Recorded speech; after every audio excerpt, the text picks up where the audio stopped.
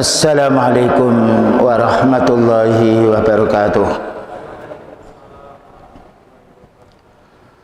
Innal hamdalillah nahmaduhu wa nasta'inuhu wa nastaghfiruh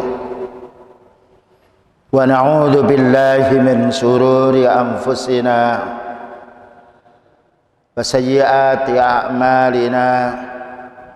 من يهده الله فلا مضل له ومن يضلل فلا هادي له أشهد أن لا إله إلا الله وحده لا شريك له وأشهد أن محمدا عبده ورسوله اللهم صل وسلم على نبينا محمد وعلى آله wa sahbihi ajma'in, amma ba'du.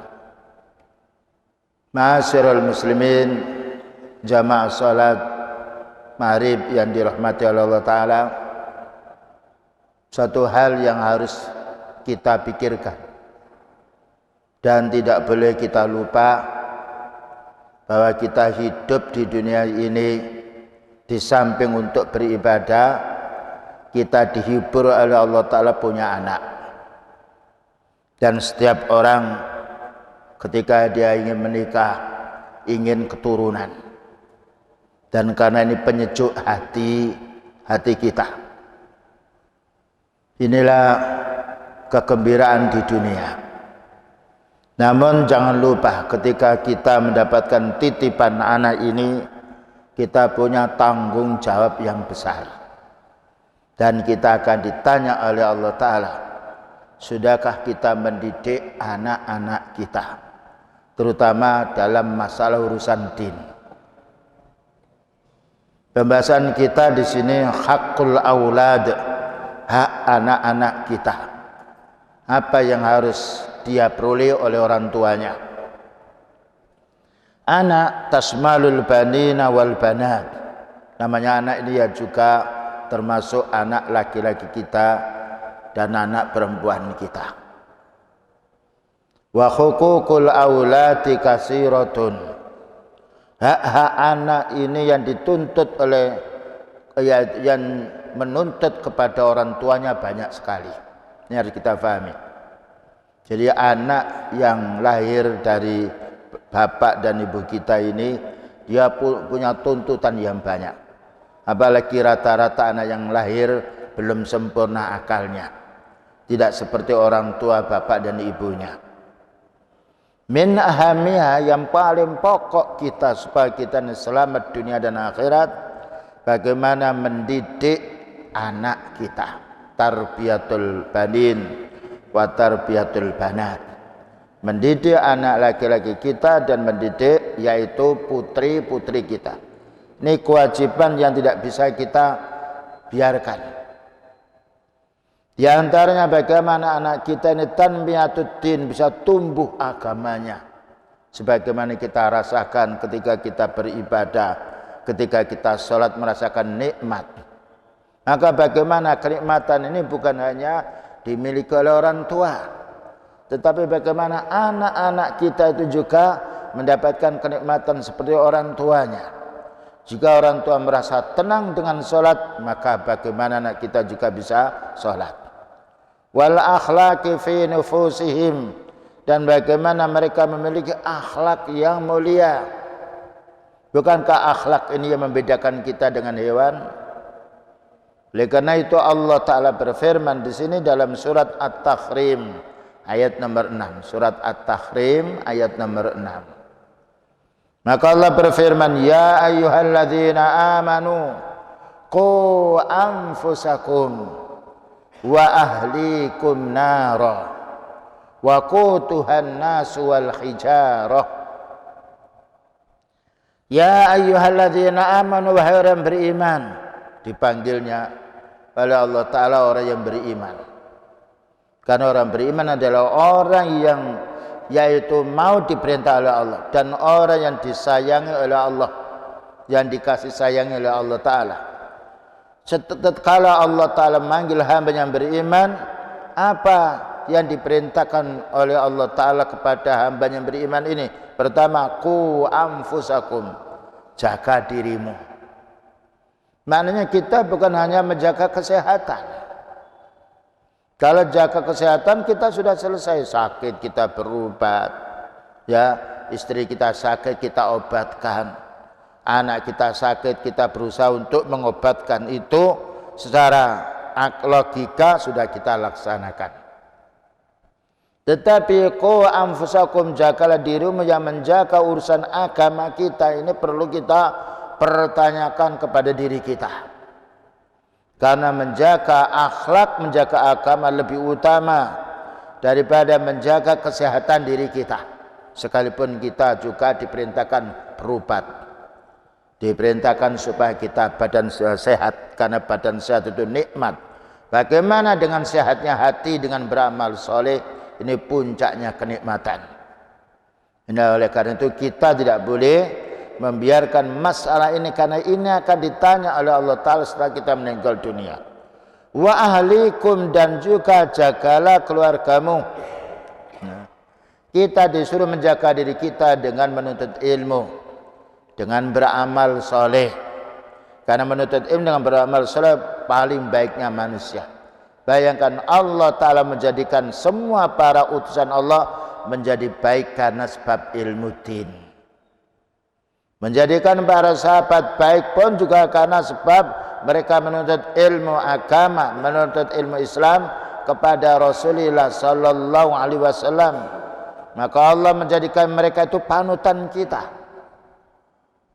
Wa alaikum, dan juga keluarga kita, kita harus menjaga keluarga kita, menjaga istri kita. Karena istri kita itu kurang akal, kurang agama.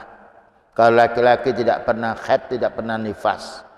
Wanita ketika masih muda, dia terkadang 1 bulan tidak sholat 4 hari, 5 hari atau 7 hari. Ketika nifas pun tidak sholat sampai 40 hari. Dan makna wa ahlikum, dan juga jagalah anak-anakmu. Jagalah istrimu, nasihatilah istrimu dan nasihatilah anakmu. Dengan dasar hadis istausu bin nisa'i khaira. Maka nasihatilah istri-istrimu, wanita-wanitamu itu dengan nasihat yang baik.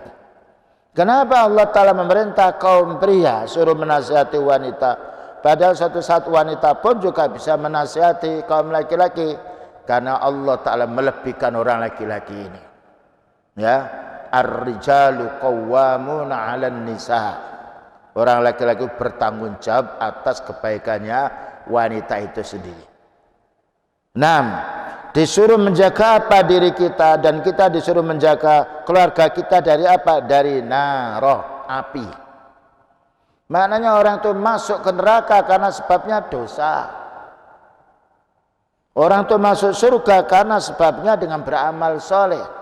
Bukankah Allah berfirman, wa tilkal jannatul lati uristumuha bima kuntum ta'malun. Surga itu akan kamu warisi di antara sebabnya kamu beramal soleh. Jadi neraka, orang itu masuk neraka, tidak ada orang mukmin masuk neraka. Karena keimanannya, karena ibadahnya kepada Allah. Justru yang masuk neraka ini orang-orang kufar, orang-orang munafik, orang-orang yang sifatnya menyimpang dari ketentuan Allah. Ya.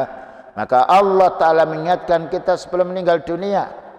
Jagalah dirimu dan keluargamu, istrimu, anakmu, cucumu, saudaramu dari api neraka. Kenapa? Waquduhan nasu. Api neraka ini bahan bakarnya dari manusia. Oleh karena itu manusia ketika kesetrum listrik mati. Kesetrum listrik mati, pingsan dia. Berbeda dengan burung. Dia naik di kabel listrik tidak mengapa dia, karena dia bukan bahan bakar. Wal hijaratu, dan juga neraka ini bahan bakarnya dari manusia dan juga dari batu. Inilah yang harus kita fahami sebelum kita dipanggil oleh Allah Subhanahu wa taala. Persiapkan mulai kita sekarang memperbaiki diri. Bagaimana cara kita memperbaiki diri? Dengan menuntut ilmu. Lalu kita amalkan dengan sholat, dengan bersedekah, dengan baca Al-Quran, dengan pula amal-amal yang baik. Ini yang akan membawa keberuntungan kita setelah kita meninggal dunia. Ini ayat dari surat At-Tahrim ayat nomor 6. Allah Ta'ala mewajibkan orang beriman. Kenapa tidak orang kafir? Karena orang kafir sudah kufur dia. Tapi diwajibkan hambanya beriman yang mengerti Al-Quran dan Sunnah agar menjaga dirinya, menjaga keluarganya dari kemaksiatan. Yang mana maksiat itu kalau dilakukan oleh manusia akan masuk di neraka. Lihat Fir'aun masuk neraka karena kemaksiatannya. Namrud masuk neraka karena kemaksiatannya. Ini ayat yang harus kita fahami dari surat At-Tahrim ayat nomor 6 supaya kita mengontrol diri kita, mengontrol istri kita dan anak-anak kita, selalu menasihati. Yang nomor 2, hadis Rasulullah sallallahu alaihi wasallam. Beliau bersabda, kullukum ra'in. Semuanya kamu orang muslim itu pemimpin. Ya, Allah Ta'ala tidak menyerahkan kepemimpinan kepada orang yang bukan Islam. Karena orang muslim adalah orang yang menerima yaitu Quran, yang menjalankan Quran dan juga menjalankan sunnah. Wa kullukum mas'ulun an ra'iyati. Dan masing-masing kamu hai manusia yang muslim bertanggung jawab atas yang dipimpin. Kita bertanggung jawab memimpin diri kita, bertanggung jawab memimpin istri kita, bertanggung jawab memimpin anak-anak dan cucu kita. Inilah pekerjaan kita di dunia, ya. Selamat kita hidup sementara 50-60 tahun ini, ketika kita laksanakan kenikmatan kekal selamanya di alam kuburnya maupun di alam barzakh atau di alam akhiratnya. Lalu beliau menjelaskan warrajulu, seorang laki-laki ra'in bertanggung jawab fi ahlihi kepada istrinya, ya. Karena Allah Ta'ala melebihkan lagi kekuatan fisik, kekuatan mental, kekuatan akalnya, kesabarannya dibandingkan dengan wanita, dan itu kita saksikan sendiri. Makanya di dalam Islam tidak boleh kepemimpinan itu dipegang oleh wanita. Bayangkan perang laki-laki, ya, yang bangun masjid, bangun yaitu rumah, naik tangga laki-laki. Tidak ada wanita yang sifatnya dia yang tukang batu, karena kekuatannya beda. Yang membengkel mobil, yang memperbaiki yang lainnya laki-laki, dan itu kita maklumi kelebihan kekuatannya dan kelebihan kesabarannya. Maka manfaatkan, bersyukurlah kita kepada Allah Ta'ala, kita dijadikan laki-laki yang diberi kekuatan ini. Gunakan, manfaatkan kekuatan ini agar bermanfaat untuk diri kita, bermanfaat pula untuk keluarga kita. Wa mas'ulun an ra'iyati, dan kaum laki-laki ini akan ditanya oleh Allah Ta'ala tentang yang dipimpin. Seorang suami akan ditanya oleh Allah, gimana sudah kamu urusi istrimu? Sudah kamu banguni sholat istrimu untuk sholat? Sudah kamu perintah istrimu untuk mengaji? Sudah kamu perintah untuk berbuat baik? Demikian juga kita akan ditanya oleh Allah Ta'ala, sudahkah kamu perhatikan anakmu? Sudahkah kamu didik anakmu? Pendidikan yang paling bagus pendidikan Islam. Lihat para nabi semuanya berdoa, yaitu Rabbi habli minas sholihin. Ya Allah, berilah aku ya anak yang soleh. Rabbi habli min ladunka dzurriyyatan thayyibah. Ya Allah, karunia aku ini darimu ya Allah keturunan yang baik. Itu doanya para nabi, yang menjadi panutan kita semuanya. Ini tanggung jawab yang jangan sampai kita lupa, ya. Kalau kita lupa di dunia dan juga masih ingat, alhamdulillah, karena al-a'malu bil khawatim, amal kita ini akan dinilai Allah Ta'ala akhirnya. Fal auladu amanatun fi unuqil walidaini. Anak-anak merupakan amanat tanggung jawab di lehernya atau di pundaknya dua orang tua, ya. Namanya anak, kita tahu kekurangan akalnya dan juga geraknya yang banyak sekali, kekurangan agamanya. Maka bagaimana orang tua yang dilebihkan oleh Allah Ta'ala menuntut ilmu bisa bermanfaat untuk anak-anaknya. Nah, inilah hal yang perlu kita perhatikan. Jangan dibiarkan anak kita, maka didik anak kita. Pendidikan anak lebih utama daripada sekedar kita ngasih makan kepada anak-anak dan juga keluarga kita. Wa huma mas'ulani anhum yaumal qiyamah. Dua orang tua, bapak, ibu ini nanti akan ditanya oleh Allah Ta'ala, tanggung jawab besok pada hari kiamat. Nah, ini yang harus kita persiapkan mulai sekarang. Wa bitarbiyati ma'at tarbiyati diniyah. Dan wajib orang tua mendidik anak ini pendidikan agama Islam, pendidikan akhlak, ya. Karena pendidikan agama Islam itu sangat penting untuk menjadi sebab baiknya orang, menjadi sebab menjadi orang yang diridhai oleh Allah, menjadi sebab yang bisa mendidik keluarganya, mendidik umat. Bayangkan kita tidak mengambil khatib orang awam, diambil khatib orang punya ilmu. Karena ilmu adalah pokoknya suatu masalah. Diambilnya penasihat dari orang-orang yang faham Al-Quran, faham dari hadis Rasulullah sallallahu alaihi wasallam. Nah, ini yang harus kita perhatikan. Yakhrujul walidani min tabiati hadhihi ra'iyah. Keluar dua orang tua kita ini dari tabiat pendidikan-pendidikan yang baik, ya. Makanya orang ketika dididik yang baik akan menjadi baik. Sebagaimana kita punya mobil, ketika mobil itu kita pelihara, kita cek mana yang perlu, yaitu untuk diperbaiki, menjadi nikmatnya kendaraan itu untuk pemiliknya. Tapi kalau kita biarkan rusak, maka kita akan bingung dan tidak bisa memanfaatkan mobil itu. Bagaimana dengan anak? Yang itu tentu sejuknya kita memiliki anak yang soleh, melebihi dari yaitu harta yang mewah. Karena harta yang mewah kita mati belum tentu bermanfaat kepada kita. Tapi anak yang soleh yang meninggal dunia, maka akan mendoakan orang tuanya, yang nanti akan disebutkan yaitu hadisnya. Inilah pentingnya bapak dan ibu harus bagaimana kita senantiasa mengawasi. Mari kita banguni anak kita malam hari untuk sholat.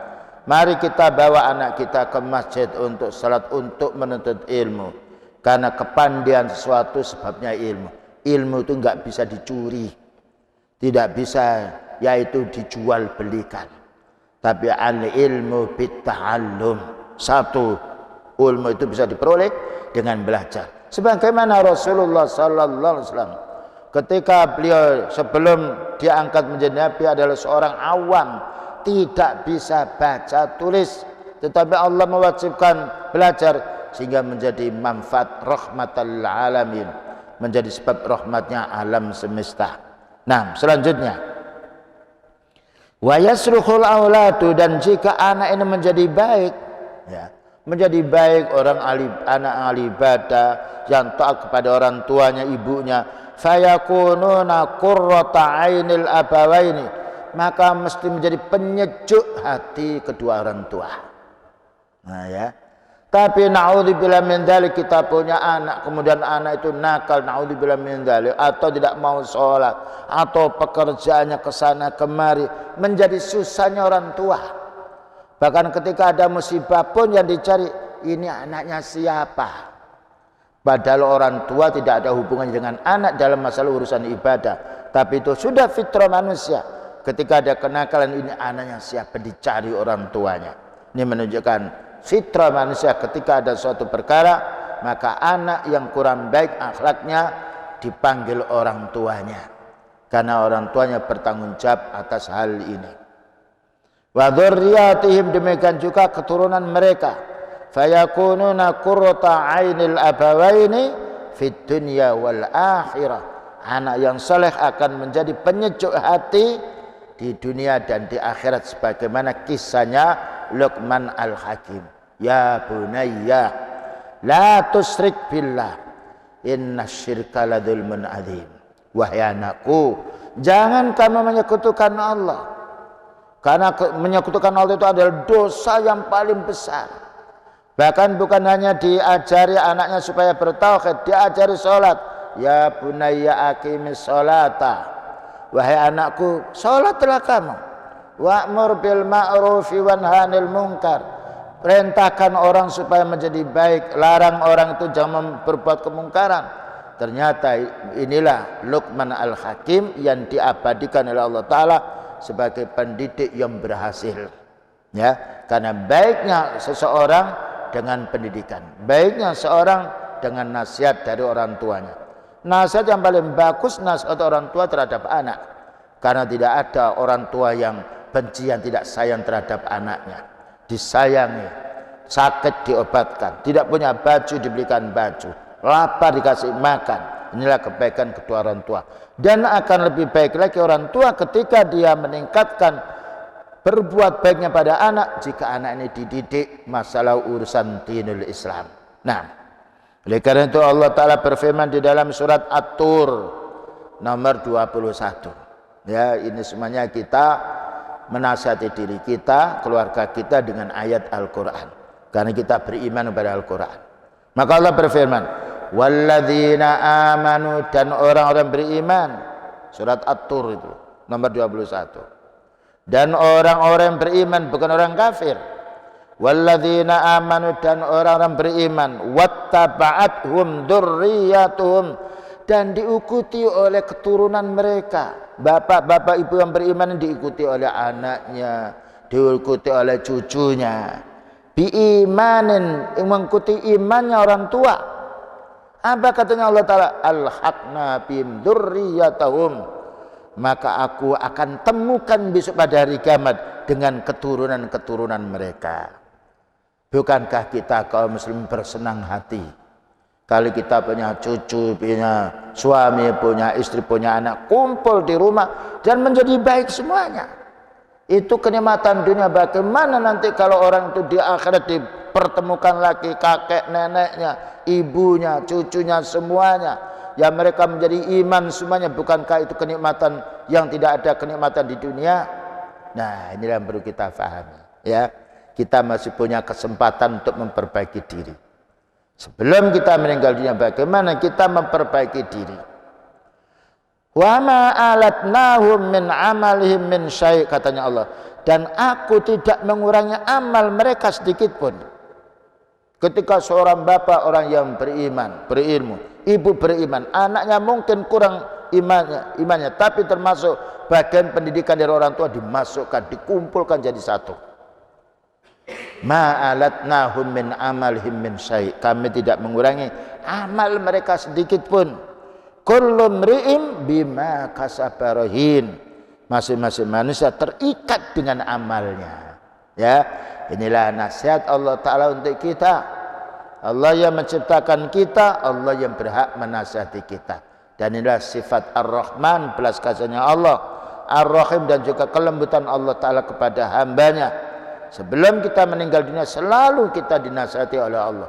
Dan paling banyak nasihat adalah nasihatnya Allah Ta'ala, karena Allah yang menciptakan manusia, Allah yang berhak mengurusi kebaikan kita. Selanjutnya hadis, itu tadi dasar dari ayat pertama surat At-Tahrim, ya, ayat nomor 6 yang harus kita ingat-ingat, itu kita baca supaya kita tidak lupa dan kita buktikan dengan pendidikan anak-anak. Nomor 2 surat At-Tur nomor 21. Ya, dibaca ulang kalau kita tahu tafsirnya nikmat lagi. Kemudian disebutkan di sini hadis. Nah, ya.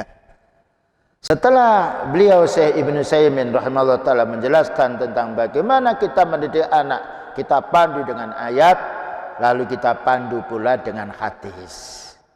Karena hadis itu wahyu Allah yang tidak berubah. Cuma bedanya dengan Al-Qur'an, kalau Al-Qur'an itu lafadznya dari Allah Ta'ala dan juga maknanya dari Allah. Kalau hadis itu wahyu dari Allah tapi redaksinya dari Rasulullah Sallallahu Alaihi Wasallam. Dan hadis ini penjelas Al-Quran, hubungannya kuat, tidak bisa kita pisahkan antara Quran dengan hadis. Nah, beliau bersabda, mengingatkan kita ini akan mati, dan pasti kita akan mati, sebagaimana jutaan manusia telah kita saksikan. Bapak ibu kita telah mendahului kita, bahkan saudara kita kadang-kala duluan kita belum meninggal, tapi kita mesti akan meninggal. Maka beliau bersabda, idza matal abdu, kalau seorang hamba itu mati, in qata amaluhu, putus amalnya, tidak bisa sholat, tidak bisa zikir, tidak bisa membaca Al-Quran, ya, tidak bisa berinfak, tidak bisa beramal soleh yang lainnya, tidak bisa yaitu berdakwah di masyarakat karena sudah putus. Illa min salasin, kecuali 3 perkara, walaupun kita sudah mati akan mengikuti 3 perkara itu bagi kita. Nah, ini yang harus kita angan-angan, ya. Karena setiap orang mau meninggal dunia menyesal bagi orang tidak beriman, kenapa saya dulu di dunia tidak beriman. Menyesalnya orang beriman, kenapa saya kurang meningkatkan iman kita, sebagaimana disebutkan di dalam hadis, ya. Cuma penyesalan itu yaitu bukan awalnya tapi akhirnya. Iya, kenapa dulu saya tidak belajar, kenapa dulu saya tidak berbuat demikian. Nah, 3 perkara yang menyertai orang mati ini apa? Pertama, sedekatin jariyah, ya. Sedekah jariyah, sedekah yang mengalir pahalanya. Maka upayakan kita punya harta agar bermanfaat. Harta kita, sisihkan harta kita ini untuk kita wakafkan di masjid atau di pendidikan Islam, atau di panti-panti asuhan anak yatim, atau untuk yaitu urusan kebaikan di masyarakat. Ini manfaatnya harta kita, ya. Jadi kalau kita sudah meninggal dunia, kita tinggalkan harta walaupun berapapun. Tapi kalau sebelum kita meninggal dunia, kita titipkan di hadapan Allah, kita tabung untuk menyantuni anak yatim, fakir miskin. Kita tabung untuk membantu membangun masjid, membantu sekolah, kita membantu fakir miskin. Ini yang akan kita bawa, yang akan bertemu kita setelah kita meninggal dunia. Yang pertama, makanya bagi orang yang punya harta, jangan sampai tidak berinfak. Tentunya berinfak sesuai dengan kemampuan kita, karena infak ini akan membawa sejuknya hati kita. Yang nomor 2, aw ilmin yuntafa'u bihi min ba'dihi, atau ilmu yang bermanfaat untuk generasi sesudahnya. Nah, ya. Puncaknya ilmu yang bermanfaat adalah ilmu din.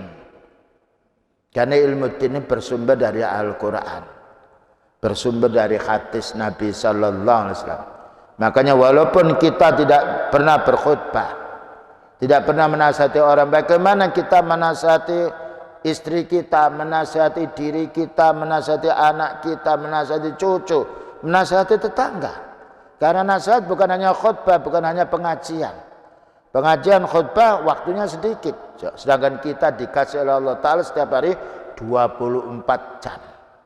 Ketika anak kita, cucu kita makan dengan tangan kiri, jangan makan dengan tangan kiri, ayo makan tangan kanan. Nah, ya. Ketika yaitu cucu kita atau keluarga kita masuk ke WC, kaki kanan dulu, jangan kanan, kiri dulu. Ketika keluar, kanan dulu. Ketika kita masuk masjid, kaki kanan dulu. Ketika kita keluar, kaki kiri dulu. 24 jam kita ini bisa mencari pahala, dengan syarat kalau kita punya ilmu. Subhanallah, ternyata ilmu itu manfaatnya banyak. Jadi setiap hari, setiap saat, setiap detik kita ini bisa mendapatkan pahala dengan mengamalkan ilmu-ilmu yang bersumber dari Al-Quran maupun bersumber dari hadis Rasulullah sallallahu alaihi wasallam. Yang nomor 3, awwalatin salihin yad'ulah. Nah ini. Atau anak soleh yang mendoakan. Anak soleh adalah anak orang yang faham agama Islam, yang faham ilmu syariat. Makanya doanya para nabi, ya, para utusan Allah selalu mohon kepada Allah Ta'ala, yaitu memohon keturunan yang baik. Rabbi habli minas salihin, Rabbana hablana min azwajina wa dzurriyyatina qurrata a'yun waj'alna lil muttaqina imama. Itu doanya para anbiya dan juga orang-orang yang soleh. Bagaimana kita punya keturunan yang baik, sehingga ketika kita meninggal dunia, anak-anak yang dididik oleh orang tua yang tahu faham selalu mendoakan Rabbi, ya, Rabbi, ya Allah, Rabbi firli, ampuni dosaku ini, wali walidayya, dan kedua orang tuaku, ya. Rabbi firli wali walidayya warhamhuma, ya Allah rahmati kedua orang tua saya, kama rabbayani saghira, seperti dia ketika yaitu saya kecil dididik oleh orang tua kita. Ini hasilnya anak-anak yang sifatnya punya ilmu yang diajar oleh orang tuanya. Inilah pentingnya kita kaum muslimin mendidik anak kita menjadi anak yang saleh. Karena anak yang saleh kita didik, dia sholat itu diajari oleh orang tuanya. Orang tuanya mendapatkan pahala. Kita didik anak itu agar baca Al-Quran, dia bisa baca Al-Quran. Ketika baca Al-Quran ini didikan orang tua dapat pahala. Subhanallah, ini yang harus kita pikirkan. Kalau kita mengumpulkan duit yang banyak, mati tidak ada orang yang meninggal dunia dikubur dengan hartanya. Orang meninggal dunia dikubur dengan amalnya yang soleh. Nah, awalatin solihin yad'ula, atau anak yang soleh yang mendoakan. Bahkan juga ketika dia beramal soleh, orang tua akan mendapatkan pahala. Karena beramal soleh ini jerih payahnya perjuangan orang tuanya, jerih payahnya ibunya, jerih payahnya bapaknya. Inilah amal-amal yang mengalir. Ketika kita meninggal dunia, kita punya simpanan di dunia, yaitu ilmu yang bermanfaat, punya simpanan yaitu sedekah jariyah yang bermanfaat, dan juga punya simpanan anak yang bermanfaat pula. Fahada min samarati ta'tibil walad. Inilah buahnya, hasilnya ketika orang itu mau mendidik anaknya. Sebagaimana orang bercocok tanam. Ketika bercocok tanam tentunya sengsara, dia harus yaitu menyirami dan juga harus mendangir yaitu tanahnya. Ketika berbuah dia memetiknya. Tapi memetik buahnya yaitu tanaman yang kita tanam, dengan memetik buahnya anak yang kita didik lebih utama memetik buahnya anak yang kita didik. Karena anak selagi masih hidup selalu mendoakan orang tua. Dan ingat jasanya orang tua. Iya, dulu saya dibangun oleh orang tua saya, jam 3 saya suruh sholat. Ingat dia. Dia akan ketika sudah dewasa akan bangunnya anaknya. Subhanallah. Terus mengalir pahala ini. Selanjutnya, wa ta'tibil waladi, dan perlunya kita mendidik anak idza tarabba tarbiyatan salihan. Kalau anak ini kita didik dengan pendidikan yang baik, yakunu nafi'an liwalidaini, mesti akan bermanfaat kedua orang tuanya. Dan tidak bisa tidak, karena anak potongan dari orang tuanya. Anak rupanya seperti ibu dan bapaknya pula. Sehingga ketika orang tua selalu berupaya untuk mendidik anaknya, insya Allah anak menjadi anak yang baik. Dan itu kita saksikan sendiri. Segala sesuatu itu menjadi baik karena pendidikan. Nah, hatta ba'dal mawati, bahkan sampai meninggal dunia pun orang tuanya selalu anak mendoakan orang tua. Rabbi firli wali walidayya warhamhuma kama rabbayani shaghira. Ya Allah, ampuni dosaku. Ya Allah, ampuni dosa kedua orang tuaku karena telah mendidik saya baik. Bahkan mungkin tidak cukup itu, dia akan ingat jasanya. Oh iya, saya ini dibesarkan oleh orang tua. Dulu orang tua saya miskin, sekarang menjadi kaya. Ingat, mungkin orang tuanya akan dihajikan oleh anaknya. Mungkin dia akan berinfak, ini infak 5 juta saya peruntukkan untuk bapak dan ibu saya telah meninggal dunia. Saya ingat orang tua saya dalam keadaan jerih payah mencari rezeki. Sekarang saya beruntung ingat dia kepada orang tua. Ini faedahnya orang yang beriman. Faedahnya anak yang saleh, selalu mengingat jasa saja kedua orang tuanya, mengingat kebaikan orang tuanya sehingga selalu didoakan. Nah, walaqad istahana katsirun minal walidaini. Banyak orang tua yang meremehkan urusan anaknya. Fa'adha'u auladahum, dibiarkan anaknya ini, wa nasuhum, dan lupa mereka. Kalau orang sifatnya ghairul Islam itu layak karena dia tidak punya ikatan iman. Ya, seperti di negara-negara barat, dia anak putri kalau umur 17 tahun sudah lepas dari orang tua, terserah kamu mau apa. Demikian juga laki-laki bebas. Tapi kita lain. Selagi kita masih hidup, sayang kita terhadap anak. Bahkan ketika mau menikah, kita nikahkan anak itu. Dan ketika punya anak, kita didik anaknya, kita didik cucu kita. Itulah kebaikan orang muslim yang harus kita fahami. Karena kita punya agama yang paling bagus. Inna dina indallahil Islam. Agama yang diridhai oleh Allah Ta'ala hanya Islam. Nah, ka'annahu la mas'uliyata lahum alaihim. Maka orang tua yang tidak mendidik anaknya seolah-olah tidak punya tanggung jawab kepada anaknya. Anaknya keluar malam dibiarkan, pergi tidak ditanya kemana, apakah dia pergi ke masjid, apakah dia menuntut ilmu, dibiarkannya. Nah inilah nanti Allah akan menanya kepada kita. Kullukum ra'in wa kullukum mas'ulun an ra'iyati. Ini peringatan dari Allah Ta'ala untuk saya dan juga untuk bapak-bapak dan ibu yang hadir kepada kita semuanya. Karena ad-dinu an-nasihah. Agama ini isinya nasihat. La yas'aluna aina dhabu. Kadang kalau orang tua tidak menanya, kemana putrinya pergi, dia tidak ditanya. Kemana anak laki-lakinya pergi, tidak ditanya. Kalau orang tua bagus, dia selalu mengontrol. Kemana kamu nak? Ditanya. Kenapa? Sayangnya orang tua terhadap anak. Terkadang anak ini menanya kepada ibunya, Bu, kenapa itu Abi kok nanya terus? Iya, Abi itu sayang.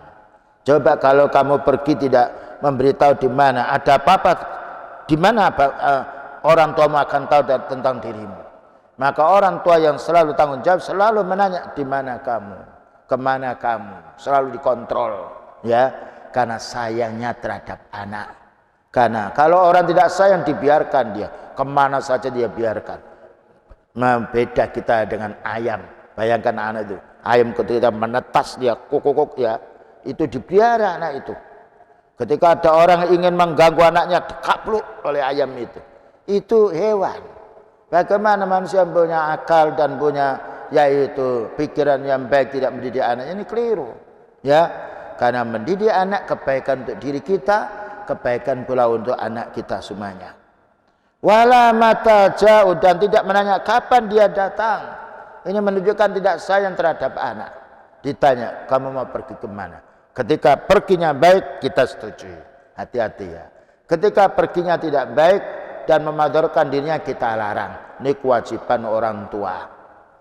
Wala min asdiqaim, dan tidak menanya siapa temannya. Teman itu pengaruhnya besar. Bayangkan ada anak yang diajari ngaji, diajari pula sholat. Ketika berteman dengan anak yang jelek, berubah total. Nah, ya makanya kita perlu menjaga kepada siapa anak kita ini bergaul. Karena apa? Dalam satu hadis, at-tinu al-mar'u ala tini khalili. Orang itu tinggal temannya siapa. Kalau temannya baik, kita akan baik. Bayangkan kita masuk masjid, teman-teman kita baik, tidak ada orang mencuri di masjid. Tidak ada orang tangkar di masjid, padahal kita rupanya beda, pekerjaannya beda, tapi karena kita disatukan oleh Allah Ta'ala dengan iman. Innamal mu'minuna ikhwah. Orang mukmin bersaudara. Bahkan mungkin kita lebih senang dengan orang-orang yang di masjid daripada keluarga yang tidak mau di masjid. Itu fitrah manusia. Tidak bisa kita ingkari. Oh ya, kenapa itu orang itu miskin ya, dia bisa pergi ke masjid 5 waktu, bisa menuntut ilmu. Sedangkan kamu itu anaknya orang yang mampu, kok nggak mau ke masjid? Timbul perasaan itu, pikirannya orang beriman. Nah inilah perlu kita terapkan. Inilah faedahnya kita mengaji, agar mengingat kembali kesalahan-kesalahan kita atau kelupaan kita. Wa ashabahun, dan tidak ditanya pula teman akrabnya. Kadang-kala juga pergi dengan wanita bukan mahramnya, dibiarkan. Itu bahaya. Ya. Karena yaitu musuhnya laki-laki itu wanita. Bayangkan terjadi banyak perzinaan, banyak hamil sebelum menikah karena pergaulan bebas.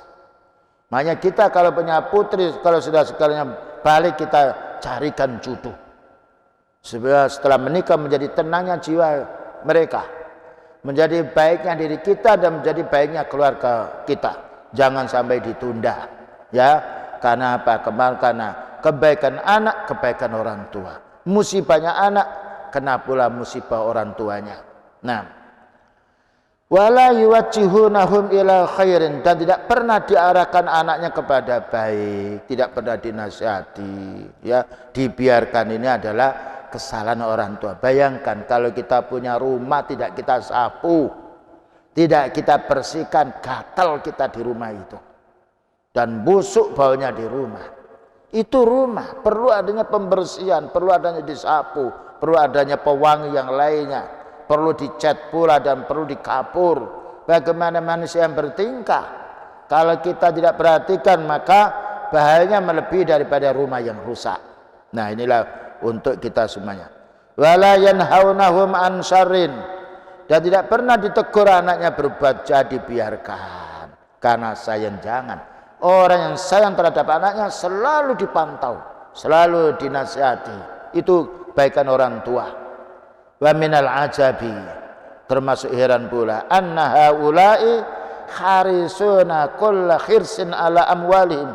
Banyak orang tua yang selalu memperhatikan bagaimana bisa mendapatkan harta yang banyak, ya, tokonya meningkat, usahanya bisa meningkat, tetapi wala yubali bi abnaihim, tidak peduli dengan anaknya. Ini keliru, ya, tidak peduli dengan anaknya, keliru. Pendidikan terhadap anak lebih kita utamakan daripada yaitu urusan harta kita. Karena Allah berfirman, ya ayyuhalladzina amanu qu anfusakum wa ahlikum nar. Wahai orang beriman, jagalah dirimu dan keluargamu dari api neraka. Nah, begitulah kaum muslimin wal muslimat, beberapa hal yang perlu kita fahami. Masih ada waktu 1 detik atau 2 detik. Ini sebetulnya sudah masuk isya. Barangkali ada pertanyaan, silakan.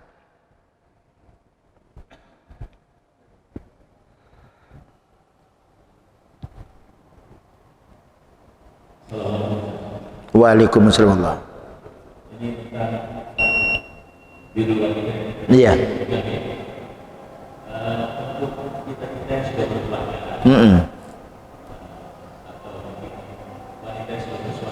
Iya.